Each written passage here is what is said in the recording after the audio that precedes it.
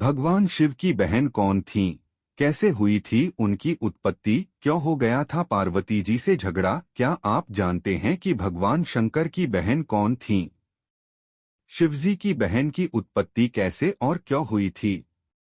वहीं भगवान शंकर की बहन की माता पार्वती से झगड़ा होने का जिक्र भी कुछ कथाओं में आता है।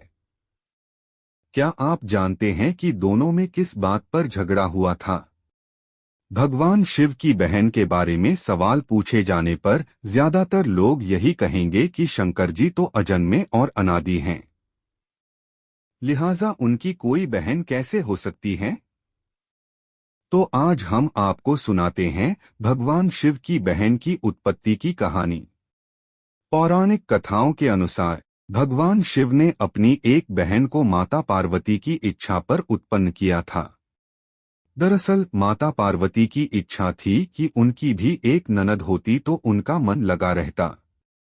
चूंकि भगवान शिव अजन्मे थे, इसलिए उनकी कोई बहन नहीं थी।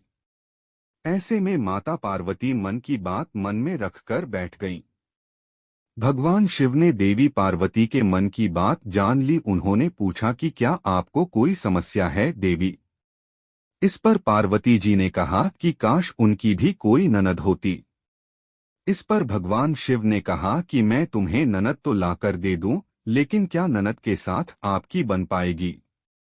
पार्वती जी ने कहा कि आखिर मेरी अपनी ननद से क्यों नहीं बनेगी? भगवान शिव ने कहा कि तो ठीक है देवी, मैं तुम्हें एक ननद लाकर दे देता हूं। उन्होंने अपनी माया से एक देवी को उत्पन्न कर दिया। यह देवी बहुत ही मोटी थीं। उनके पैरों में दरारें भी पड़ी हुई थीं। शिवजी ने पार्वती जी से कहा कि यह लो तुम्हारी ननद आ गई। इनका नाम असावरी देवी है। देवी पार्वती अपनी ननद को देखकर बहुत खुश हुई। उन्होंने तुरंत अपनी ननद देवी असावरी के लिए भोजन बनाने लगीं। असावरी देवी स्नान करके आईं और भोजन मांगने लगीं। देवी पार्वती ने भोजन परोस दिया। जब असावरी देवी ने खाना शुरू किया तो पार्वती जी के भंडार में रखा सारा भोजन खा गईं। उन्होंने महादेव के लिए भी कुछ नहीं छोड़ा। इससे पार्वती जी दुखी हो गईं। देवी पार्वती ने इसके बाद जब ननद को पहनने के लिए नए वस्त्र दिए तो मोटी असावरी देवी के लिए वे छोटे पड़ गए। फिर पार्वती जी उनके लिए दूसरे वस्त्रों का इंतजाम करने लगीं।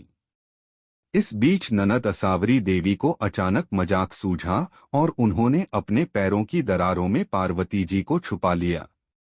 इस पर पार्वती जी का दम घुटने लगा। महादेव ने जब असावरी देवी से पार्वती के बारे में पूछा तो उन्होंने झूठ बोल दिया।